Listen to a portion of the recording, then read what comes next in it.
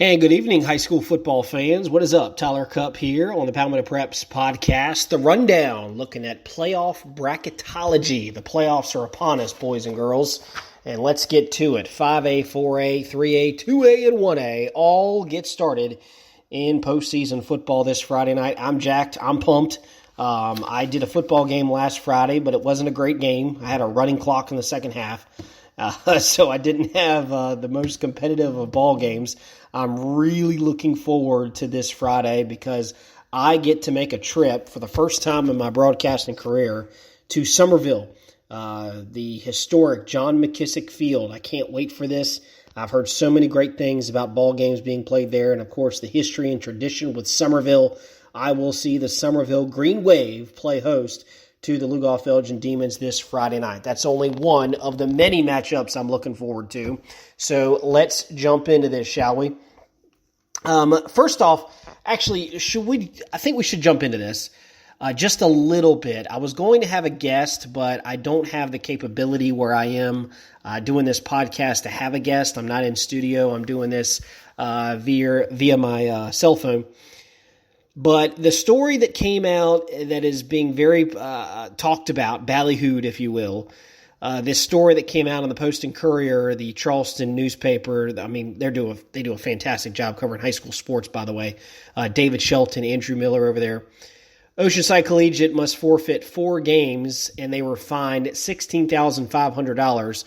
Although they will still be eligible for the playoffs, I think they made Oceanside a 4 seed, even though Oceanside won the region. So what happened was they broke the rules. The rule states you cannot play JV players on JV and varsity, and unfortunately they did that. The Land Sharks beat Philip Simmons 70-0. Then Philip Simmons reported Oceanside to the high school league for using players in its JV and varsity games on back-to-back nights. That is against the rules per the South Carolina High School League. That's been a new rule 3 or 4 years maybe a little bit longer. Oceanside was forced to forfeit games against Gray Collegiate, Legion Collegiate, and Burke. Now the coach, Will Greer, that's his son, Chad Greer, the coach over at Oceanside Collegiate. I'm a West Virginia fan, so when I hear Greer, I think Will. He gave us a little success up there in Mountaineer Land. Shout out to West Virginia. But Chad Greer took the blame. He said he wasn't completely aware of the rule and said that he takes complete blame on this. He said it was 100% his responsibility. He feels bad for the kids that busted their tails to win a region championship, and they will be forced to be on the road. They will still be in the playoffs. I don't have a whole lot of opinions on this. I mean, you break the rules, you break the rules. I know there's talk about Oceanside, whether they should be in 2A, whether they should be competing in 3A or SCISA because they can recruit. I've heard it all. You know, same goes for Gray Collegiate, same goes for some of these other schools that can quote-unquote recruit for other sports. Bishop England can be thrown into that mix. You know, Gray Collegiate's dominating their region with the Columbia Inner-City schools. Oceanside Collegiate, they dominate the Charleston part of the area in their region. I don't know what to say about it because I don't know what can be done. I don't know how it can be fixed. I know that there's been people saying that they shouldn't be playing in those regions, but what are you going to do? If they pay their South Carolina High School League dues like everybody else, what can you do? Same goes for Legion Collegiate. You know, at this moment, they're not going to be competing for postseason play, but as long as they pay their dues, Legion Collegiate is going to be competing in 2A or 3A in the next couple of years. And watch out, because Straight Heron is a hell of a football coach, and things could get very interesting there in the Rock Hill area with Legion Collegiate. Okay, so let's go to the brackets. I might get back to that story. But let's start with 5A, all right? Everybody wants to hear, my thoughts or opinions and predictions of how these brackets are going to go. As you can tell, I'm doing this on my phone. You might have heard the phone ring. All right, let's start in the 5A playoffs.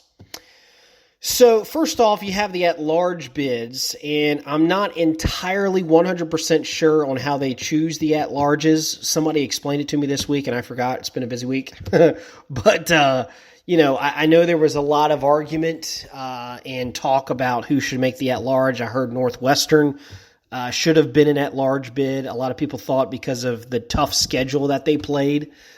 I heard that Spartanburg was considered for an at-large. But in Class 5A, the two at-large teams ended up being Blythewood in the upper state and Chapin in the lower state. And the problem for the Chapin Eagles, God bless them, they got to face Dutch Fork for the second time this year. Dutch Fork blasted the Eagles this year like Dutch Fork beat everybody. So Chapin will have to travel to Ballantyne and play the Dutch Fork Silver Foxes for the second time this season.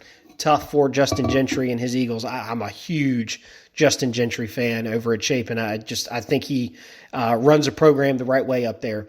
And, I think he's got some good kids over there. Roger Padroni at quarterback was one of my favorite quarterbacks I think I've ever covered in a game or games, more than one. I've seen him different occasions. He was actually featured on our Palmetto Preps Twitter feed. His top target, Xavier Short. If you want to go check that out, Xavier Short, one of the top sophomores in the state of South Carolina, unbelievable receiver. Chapin's got some big linemen up front too, but they're going to be no match for Dutch Fork. Let's look at the 5A brackets, and I'll give you some thoughts, quick predictions on some of these games. A swig of water for the working man. All right, so let's go through this. Lawrence and Blythewood. Lawrence went undefeated in their region, Region 1, with T.L. Hanna, Westside, Woodmont, Greenwood, Easley, Man, Wade, Hampton. That region's a little down this year. I think a lot of people would agree with me. T.L. Hanna lost their coach, their best player.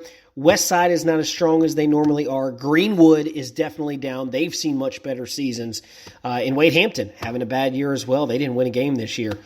But I still think Lawrence will get the edge here being the home team. Blythewood has kind of spiraled down, unfortunately. I saw them against Lugoff-Elgin, saw some film on them against Spring Valley. They lost their last 3 games going into the postseason. And listen, they've got the talent. Josh Strickland at quarterback, Jordan Burrell, one of the top juniors in the state of South Carolina. They've got some really good talent there on the offensive side of the ball, and a kid that nobody talks about when you mention Blythewood is Brandon Edwards. He's one of the best high school athletes I've seen this year. He's fantastic. But I think Blythewood loses this one, and Lawrence will advance. Nation Ford and Burns. Burns will take that one. Woodmont is at Sumter. Sumter should take care of business there.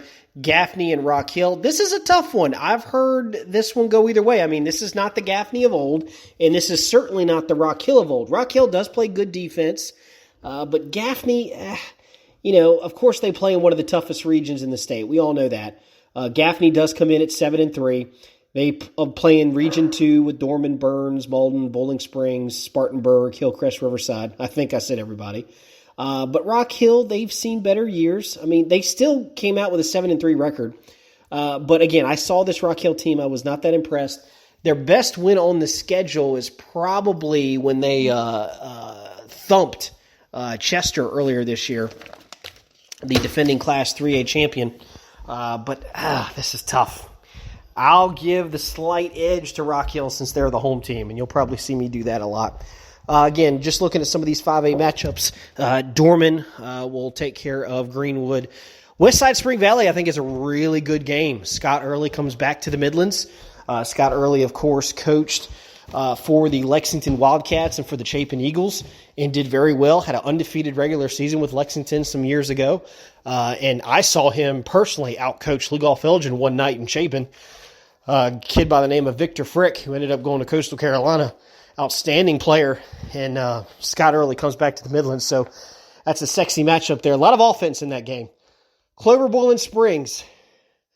I've heard that Clover's good, but a little deceivingly good in the sense that they've got some good players there, but they haven't played the toughest schedule. Their region's a little down this year in 5A with Rock Hill, Nation Ford, a way down Northwestern, and a Fort Mill team that went 1-9. So I saw Fort Mill. They don't have the athletes this year. But Boiling Springs Clover, that could be an interesting game. Malden T.L. Hanna, I'm not sure about that one. I don't know a whole lot about either team. But I'll give the slight edge to T.L. Hanna. Always the home team there. All right, Lower State. Quick thoughts. watch out for Lexington and Fort Dorchester. I know Fort Dorchester's good. I know this may come off as crazy, but I really like Perry Woolbright, the way he coaches defense. His teams do not turn the ball over. They run the football well. Kind of an old school type football team. I don't know if they have the quarterback play good enough to go on the road and make the plays they need to make, but circle that game. That could be an interesting one. Berkeley will play host to West Florence. I'll take the Stags there. Let's see here. Any upsets? I think River Bluff will take care of West Ashley. Goose Creek is looking for their first playoff win in 4 years. I couldn't believe that stat. Goose Creek's normally a pretty, solid power in 4A and 5A whenever they've played. Goose Creek trying to win their first one in 4 years. And then, of course, Lugoff Elgin and Somerville. I think I gave the notes on this game last week in the rundown. But Matt Campbell, the head football coach, Lugoff Elgin, scored his first varsity touchdown on John McKissick Field as a junior at North Augusta High School. And North Augusta is celebrating their 30th anniversary of the state championship team that went on to win the state title with a losing record. They started 0-6 in 1989, made a run, won the state title, and they did it with a losing record. I think they were 6-7, something like that. Obviously, Matt Campbell's going to be preaching to his demons who are 4-6. Hey, guys, my team did this in 89. We can do this too. All right, so there you have it. And who do I think is going to come out of 5A?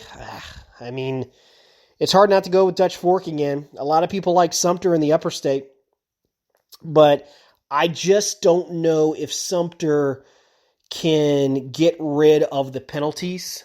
They commit a lot of penalties and the turnovers. They've been able to get by against lower tier competition, but they're going to be facing much better teams. And I think they can't have that happen against better teams because those better teams will take advantage. Sumter Gamecocks and Dorman, I think it's going to be in between there in the upstate. Dorman and Sumter in the upstate. All right, let's go to 4A. Greenville, Palmetto. Palmetto is the at-large team. Don't know a whole lot about either of those teams. BHP and York. That's a game that you could see York go on the road and win. Now, BHP is one of the toughest places to play in football and baseball. I've done games for both. Those fans in Honeypath, man, and it's not an easy drive. There ain't no easy way to BHP. If you find an easy way to BHP, you let me know. A lot of back roads up there. All right, South Point hosts Greer. The Stallions will take care of business there. How about that? South Point and Greer in the first round playoff matchup. Normally, if you hear South Point Greer, you think that's like a third round matchup, right? Yeah, Greer's a little down. Let's see here. Wren scoring a ton of points. I think I saw where they score like 55 to 60 points a game. They are matched up with Orangeburg Wilkinson. They should take care of business there. Daniel hosts Lancaster. Easy game for Daniel. Eastside will play Westwood. Westwood here. Watch out for my Red Hawks. Matt Quinn, I'm a big fan of his. Got to meet him and talk to him. Saw him against Lugoff back in week 0. That was a much different team in week 0. Westwood is now healthy. And here's a fun stat for you high school football fans. Westwood has not lost a first-round playoff game. They have not lost a first-round playoff game. If they make the playoffs, they win the first round. And they've only been a school since 2012. They've missed the playoffs twice. I did see that. But every time they've made the playoffs since 2012, they have won the first round. And that includes, I believe, 3 road games. So watch out, Eastside. Westwood is coming. They're healthy. They've got Christian Horn, the Appalachian State commit. Amon Green does not make a lot of mistakes. Smart quarterback, savvy veteran, senior leader there for Westwood. AC Flora Walhalla. AC Flora seems to have putting things back together after a rough 2-game stretch. They should take care of business against Walhalla. Matt Pack, the outstanding junior running back, he should be returning to the lineup. I talked to Dustin Curtis a week or so ago, and he thinks Matt Pack will be ready to go for the playoffs. Ridgeview Travelers Rest. Bad news for Travelers Rest fans. This is deja vu. Ridgeview beat Travelers Rest last year in the first round of the playoffs, 76-0. And Travelers Rest is giving up about 50 points a game. So this could be ugly yet again. And the Blazers need this. The Blazers don't have the offense that they had last year. They've got a quarterback that has been off and on. They've got some really talented receivers. Offensive line is not as strong as last year, but their defense is maybe the best defense that Perry Parks has had there at Ridgeview in his coaching career. A defense is as good as any in Class 4A. They went toe-to-toe with South Point a couple weeks ago. All right, let's go to the lower state. Lower Richland and Marlboro County. This is my game to watch. Again, I said this a couple times. Call me crazy. Might as well. Marlboro County, when they get in the playoffs, I don't care if they're a 4 seed. I don't care if they're a 1, 2, or a 3. The Marlboro County Bulldogs, that is a tough out in the postseason. Now, it's a little different because Dean Boyd is no longer coaching there. He's up at York. But I think a lot of Bobby Collins. I hear from coaches that have told me Bobby Collins is one of the next up-and-coming coaches in this state. So Bobby Collins there, coach of Marlboro County. Circle that game, LR and Marlboro County. That could be a close one, potential upset. Airport, Collington County. I think the Eagles are fine there. Myrtle Beach all over Lakewood, I'm sure. North Augusta, North Myrtle Beach. I can't figure that game out. North Augusta's had some disappointing losses. North Myrtle Beach has had some disappointing losses. I'm not sure what to make of that game. Brooklyn Casey gets a bye, which is so weird. Hilton Head takes on Wilson. I expect Wilson to go on the road and compete there. And Hartsville and South Aiken. Hartsville's kind of righted the ship a little bit. What is Hartsville's record? Let's see here. Yeah, Hartsville righted the ship 7-3. You know, they started out kind of rough. Remember, they lost to Camden, I think, in week 3 or 4, and everybody was panicking. It was the first region loss for Hartsville in like 8 years, something like that. But Jeff Calabrese, damn good coach. I think a lot of him too. And he's been very adamant. This is not the Hartsville team of old, but he's put some wins together. That's a tough region, man. Region 6, 4A, Myrtle Beach, Hartsville, Wilson, North Myrtle Beach, Marlboro County, Darlington. You know, even Darlington with 1-9 record. Raymond Jennings is the coach in Darlington, and he's a good defensive coach. They're going to be okay. All right, so in 4A, who do I got? You know, everything I've heard and seen, it's hard to go against South Point, but I think Daniel probably has more experience here. And, of course, they have Tyler Venables, Mr. Football candidate. He's back and healthy. Oh, slight edge to Daniel. I'll give it to the DW Daniel Lions in the upper state. In the lower state, I can't go against Myrtle Beach. Luke Doty is phenomenal. I just think that Myrtle Beach team is loaded. The matchup to watch, though, I would like to see Myrtle Beach and Brooklyn Casey. BC's got that bye week. BC plays really good defense. They have that tough offense to plan for, that diamond, I think he calls it, Rusty Sharpie. BC could be a tough out in the playoffs, but I'll take Myrtle Beach in the lower state. All right. Class 3A. I'll start breezing through these. I don't want to make this podcast more than 30 minutes. Let's see here. Pendleton Southside, don't know much about those teams. Woodruff and Indialand. Indialand is a tough out. Indialand will go on the road, and they will give Woodruff all they can handle. Indialand can put it in the air, pass for a lot of yards, but they also give up a lot. Could be a shootout in Woodruff. My guy Rickson Lane, play-by-play man of the Wolverines. Good broadcaster up there. Chapman plays host to Liberty. Got a Mr. Football candidate for Chapman. They're always a strong team in the postseason here the last 4 years. The defending 3A champs will host Newberry. That is got to be the toughest draw for Chester as they try to defend their championship. Newberry, we've talked about them on the podcast. They run the football. They play good defense, and they got a Hall of Famer for a head coach in Phil Strickland. Woo, Newberry's going to be a tough out for the Cyclones. All right, the rest of the 3A playoff bracket, Union County and Fairfield, Seneca and Chesney, Camden, Clinton, circling this one. I'm not saying Clinton's making the upset, not at all. I'm saying this is a great draw for the Camden Bulldogs. You got to understand, 2 out of the last 4 years, I believe, I think I have that stat right. It's been twice in the last couple years, bottom line. Camden has faced Chapman in either the first or the second round. And Chapman has eliminated Camden in very close games. I think with Camden being in that lower part of the bracket, not having to face Chapman until the Upper State Championship, I mean, I see Camden as a team that, again, runs the football well. They've got 2 1,000-yard rushers. They got a really good defense that has proved a lot of people wrong. They only returned 2 starters from a year ago, as they proved a lot of people wrong.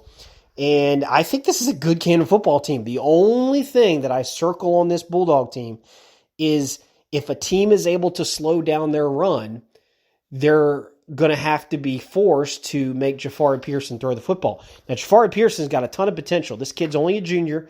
He is the cousin of Camden great Richie Williams, who went on to win a state championship for Camden and played for Appalachian State, won a championship there as well. But he has not done well throwing the ball when it's been on him. And he hasn't really had a game where it's been up to him to make throws to win the game. But I want to go back and say again, it's going to be hard to stop this rushing attack. This is one of the best rushing attacks Camden's had in a long time. Tom Donato, the local paper guy there, doesn't think that Camden's even had two 1,000-yard rushers in 20 years. So watch out for the Bulldogs is what I'm saying. They could be a contender for the Upper State. Could be them and Chapman before it's all said and done. Let's go to Lower State in 3A. Let's see here. Don't know a lot about Lower State in 3A. Sherrall's a 4 seed. They're always going to be tough. They go to Manning. Strom Thurmond and Battery Creek, Ainer, Georgetown, May River, Swansea. I know Rodney Summers at May River's got another good ball club. Gilbert will play host to Ridgeland Hardyville. Bishop England takes on Lake City. Wade Hampton will play Edisto, and Dillon will host Waccamaw. Dillon as a 2 seed. Obviously, they lost that game to Ainer earlier this year. You could see Ainer and Dillon matched up again for the Lower State Championship. That'll be my pick. I'll say Ainer and Dillon match up again for the Lower State Championship, and Dillon with a rematch. I'll give it to them. By the way, Manning, shout out to my guy Reggie Kennedy over in Manning. 7-3, first region championship for the Manning Monarchs in 12 years. Reggie Kennedy, one of my favorite coaches in the state, and I've always thought an underrated coach in the state. He kind of gets flack for a guy that doesn't stay at one place, kind of bounces around a little bit. He's been at Sumter, Blythewood. He's been at Fairfield Central, Irmo. But I think he's found a home there, Manning. From what I understand, his family has a funeral home down the road in Lake City in that area, I guess. But I hope that's kind of where he stays. He's got some success and some good players there in Manning, so good for Reggie Kennedy. All right, Class 2A. Again, as we get to the 2A and the 1A ranks, I don't know as much football in these rankings or in these brackets. Pardon me, but I'll do my best. Southside Christian, I know, is one of the top teams in this Upper State 2A bracket. Batesburg-Leesville plays Central. Buford takes on C.A. Johnson. I saw Buford last week. Buford could be in contender. Buford's got one of the biggest offensive and defensive lines I think I've seen in 2A football. And I've covered about 15, 20 2A ball games over the course of my career. And I know that's not a lot, but maybe a little more than that. But the bottom line is 2A football, you don't have those big offensive lines and defensive lines, guys that are going both ways. But Buford's got that, and that could be a key thing for them. Blacksburg takes on Saluda. Abbeville, I think Abbeville's the favorite here. Nobody's going to argue that. I believe they're going for their 4th or 5th straight state title. Unreal. Andrew Jackson against Christ Church. AJ's got a good team. Gray Collegiate against Fox Creek. I'd love to see Gray Collegiate against Abbeville. I'd love to see Hunter Helms in that offense. I think Hunter Helms has thrown for 40 touchdowns this year. 3,000 yards, something like that. I'd love to see Gray Collegiate against that Abbeville defense. Lower State in 2A, Timberland against Latta. Mullins against Bamberg Earhart. Barnwell against Hannah Pimlico. Burke against Eau Claire. Calhoun County, Johnsonville, Woodland, East Clarendon. Andrews against Oceanside. Again, Oceanside had won the region, but the high school league made the decision to strip them and put them as a 4 seed because they played JV players on a varsity game back-to-back nights. 2A Lower State, I guess the favorite would be Barnwell or Timberland, right? Barnwell's 10-0. They were in the state championship last year. Timberland 6-2. Yeah, I mean, I guess your favorite would be Barnwell there. I know they've got a really good quarterback. We featured him on the Palmetto Preps Twitter account. Really good job by Chris Clark there. Go check that out. Some really good highlight film of him. All right, Class 1A. Now, I'm not going to get into this. I know there was talk about a team that did not win a game somehow hosting a playoff matchup. It was Hemingway, right? Hemingway is a 3 seed. Yeah, Hemingway's 0-9, and they're playing host to Scotts Branch, who is 2-8. Listen, there's no need for an upper state and a lower state in Class 1A football because there's not enough 1A teams. I mean, you got to fix this high school league, and I'm sure they will. When they look at the realignment, they're going to look at this because it's ridiculous to reward a team that didn't win a game with a home game against a team that won 2 games. You know, it's one of those things where it's everybody gets a cookie. You know, a winless team making the playoffs. I don't agree with it. If you don't have enough teams to make the playoffs, then, you know, just make it 8 teams. Make it, 10 teams. You get what I'm trying to say. You can't put a winless team as a home team in the playoffs. It's just not right. Whitmire, Great Falls, Ridge Spring, Minetta, McBee, Dixie, Blackville, Hilda, Lamar. Lamar's probably going to be a favorite there. But how about the Whitmire Wolverines? I think that's their first region title in like 10 years, something like that. Ware Shoals, HKT, McCormick, Williston, Elko. Baptist Hill is probably going to be a favorite in that lower state. Trying to see here. C.E. Murray. I think Brian Smith is back coaching there at C.E. Murray. I'm pretty sure. Could be wrong. Branchville is at 8-2. Green Sea Floyds, they won the state championship last year in Class 1A. They are matched up in the first round with a bye. They will play the winner of St. John's and Bethune-Bowman, who was the at-large bid. So those are your 1A matchups. So very excited about high school football in the state of South Carolina, playoff matchups. Excited about it, man. Somerville, Lugoff, Belgium is my game on Friday, and I'll be looking at all the scores and giving you my thoughts on Friday night. We'll do a little scoreboard show, but curious what you guys think. If you're listening to this, or if you do listen to this, tweet me your predictions. Tweet me where I was wrong, where you think I'm right, and we'll go from there. This has been the Rundown, the Palmetto Preps Podcast, Bracketology. Hope you guys enjoy Friday night, and wherever you are, I hope your teams win on Friday night in playoff football. Good night.